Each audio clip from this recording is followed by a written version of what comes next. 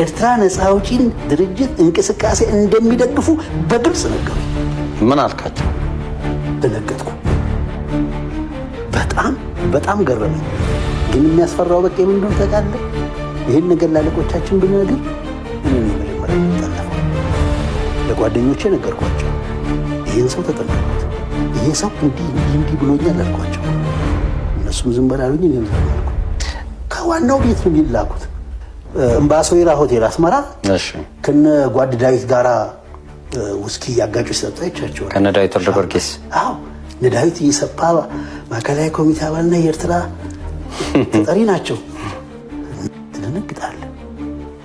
እንዲህ አይነት አብሮ የተሰራ ስራ እንዴት ነው የኢትዮጵያ መንግስት በአሸናፊነት የሚወጣው? ስለዚህ የካቲት 5 ቀን እኛ የካቲት 8 ውጊያ ለመጀመር ተዘጋጅተን እያለን የካቲት 5 እናስፋታ እኮ